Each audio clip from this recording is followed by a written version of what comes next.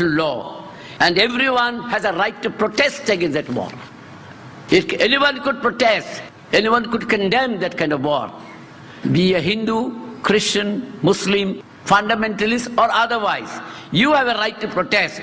Just because we protest and condemn, we cannot be considered as terrorists. One of the most difficult problems is to define terrorism. See, we talk of terrorists. Where is the definition of terrorism? How do you define terrorism? Tada did not define terrorism. Porta did not define terrorism. Only terrorist acts were defined. And those acts could be even under the Indian Penal Code. They are not different. Murder, killing, dacoity, using guns, all are under the ordinary law. But at the discretion of the police, they can use it as an act of terrorism under Tada law. If it could be broadly agreed that the deliberate killing of innocent civilians, you find this kind of definition in the dictionary, if it could be agreed that the deliberate killing of innocent civilians is a central element in most definitions of terrorism, then in that event, the worst terrorists of the last century should be the USA for bombings of Hiroshima and Nagasaki, where suffering of large number of innocent people has never been healed even after 6 decades. Just killed lakhs of people in these two places. So also, the worst violators of the 21st century as it began are the USA and Great Britain. There's not much difference between George W. Bush and Taiba. Both believe in killing. Killing helps them. Killing keeps alive the tension in this region. That is what they want. That is their business. So the USA has a business of encouraging killing everywhere. It gives them a market. It gives them a market for supply of arms. So also Taiba believe in killing. It gives them a market. So while both seek to wield power, one of course with the superior power of USA, and the other of course trying to build up his own other category of power. So it has become the global war. In this way, I think terrorism becomes a permanent feature of these persons. In other words, the permanent feature of American policy is a global war. It will never come to an end. As long as the fear of terrorism is there, they're happy.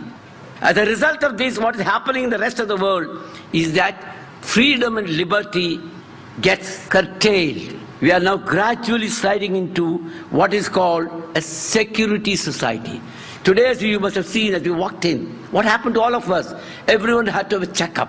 Because security, internal security. So we are going into a security society. Security is more important, not liberty. Your security. And then you must have read in the paper what is called Advanced Passenger Information System. You get into a plane in London. Within 15 minutes, your full history is sent to Bombay or whichever the destination. When you land there, the police are there. Police know your full history. You've gone to Dubai half a dozen times. Okay, that is enough. They could do anything they like. For example, what happened in Amsterdam, you all know. They saw some people behaving in the plane. People behaving in a very suspicious way. Their appearance, their dress, their speaking language, looking like Arabs, looking at watch frequently, bearded Muslims, and burqa-clad women. Okay, all these are suspicion, character, this kind of thing. So security becomes more important. And this is a kind of policing that goes on. And as a result of that, we have all sorts of things going on in this country, everywhere, because under security society, the police can do anything they like. Other day you must have read that Antap Hill, somebody was found in a building which was supposed to have neglected. Nobody was there. What happened was, the police suddenly found he was a Pakistani, they said. One doesn't know. They went and shot him, killed him. Nobody, no proof, nothing of the kind. So because in the name of security, the society accepted. Society did not protest. Who was killed? Nobody knows. So the police again believe in this guy because that helps them. They don't have to prove a case. They can detain anyone, keep him inside the police station, days together, without a charge, without anything, in the name of investigation. In fact, the other day I went to the Minority Commission. What happened was, people are just being rounded up. and taken to the police station. What is the law? If you are taken to the police station, if you are a witness, of course your statement has to be recorded and then you have to go home.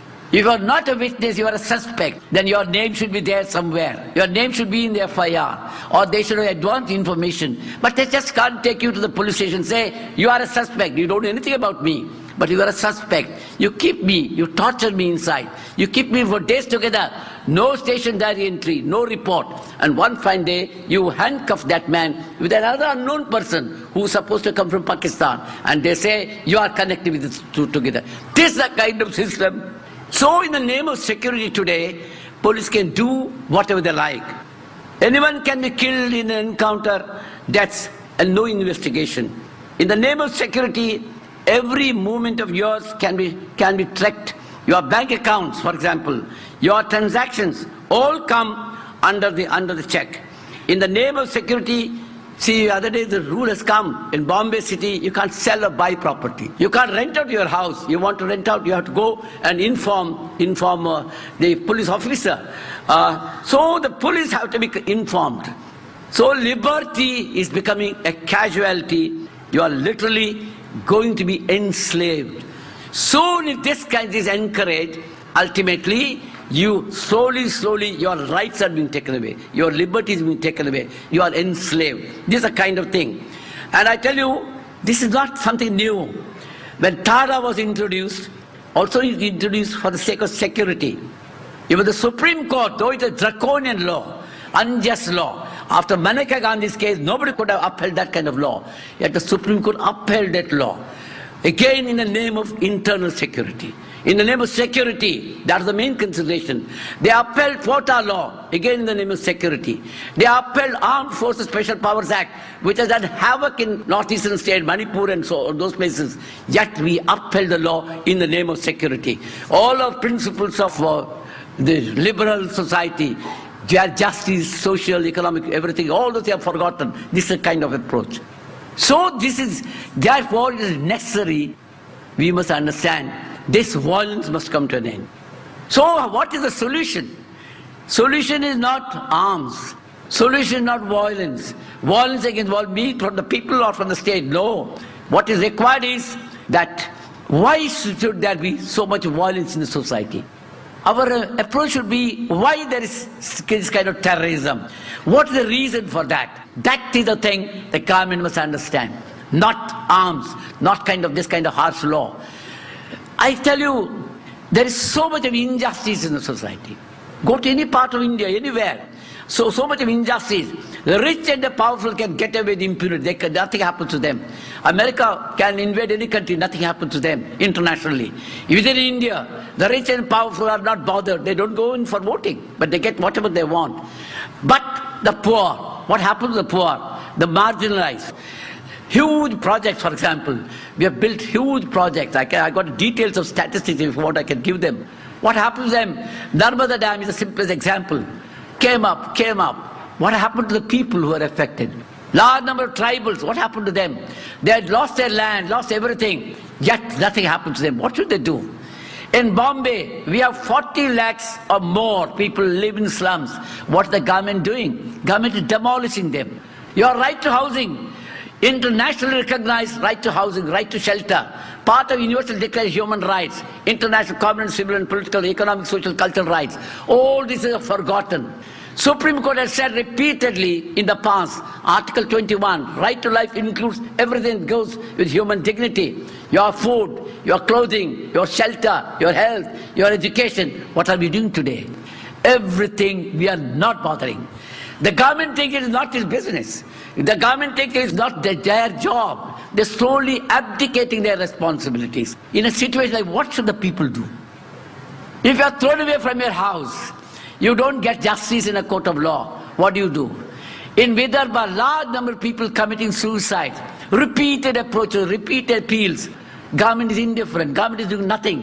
What should the people do? These are the questions. How do you answer? I remember once Arundhati Roy said, in a situation like this, where people get no justice, nothing happens to them. At that time, what happened to them is they